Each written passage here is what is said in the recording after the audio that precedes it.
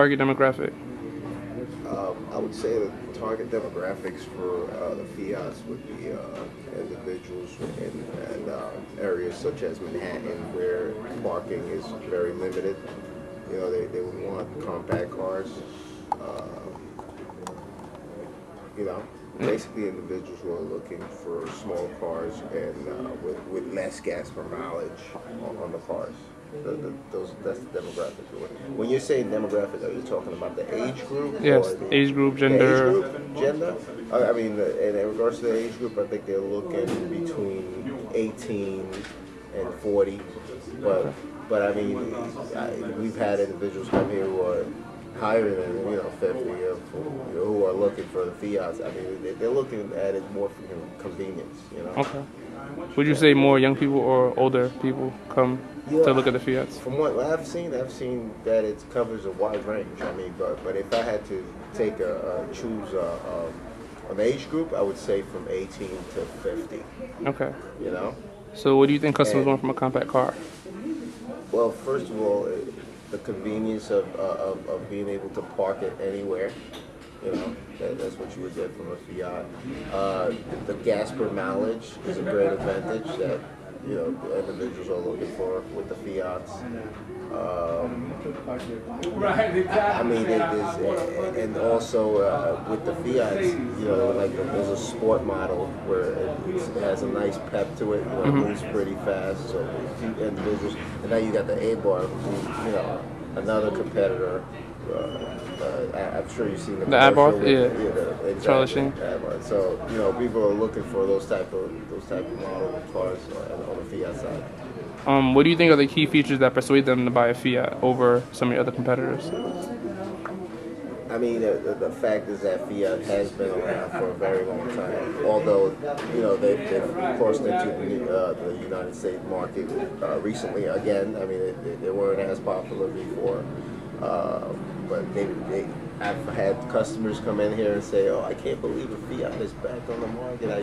I had one when I was, back in 1970 something. They used to own a Fiat, and they're really happy. They're looking forward to the new Fiats coming out and intrigued by the fact that Fiats are back on the market." Do you see competitors as a threat, namely Mini Cooper? I think they're exactly that, competitors. They're not an immediate threat, I think, because there are definitely advantages with the Fiats that you get, from a Fiat that you won't get from a Cooper. I mean, the Fiat is actually smaller than a Cooper. That's one thing. In regards to the engine size, I think the Fiat is very competitive to the Cooper. Other advantages, the wide range of models that we have in Fiats, it starts from a pop to a sport package to a lounge, and then goes up to the A-Bar, so it's pretty, there's a wide variety to compete with any Mini Cooper, Okay. And what do you think the perceived public outlook on the brand is? The perceived, I'm sorry? The perceived public outlook. How do you think the public sees the Fiat brand?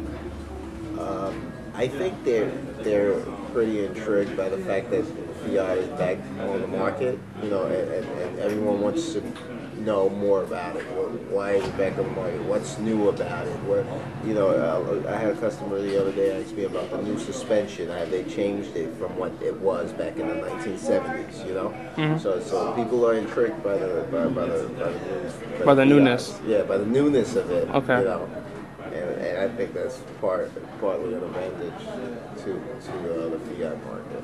Do you think Fiat's partnership with Chrysler is an advantage or disadvantage for the Fiat brand? It's definitely an advantage because it helped them to basically cross over into the United States market again. Because Chrysler is very well established in the United States to begin with. So by them partnering with with fiat, it basically gave them entrance into the U.S. market without having to do a ridiculous amount of advertising, you know, in order to. Although people know about fiats, people haven't heard about fiats in a very long time. Yeah. You know, so by connecting with a company that's already established, it gives them a tremendous market share advantage. Okay.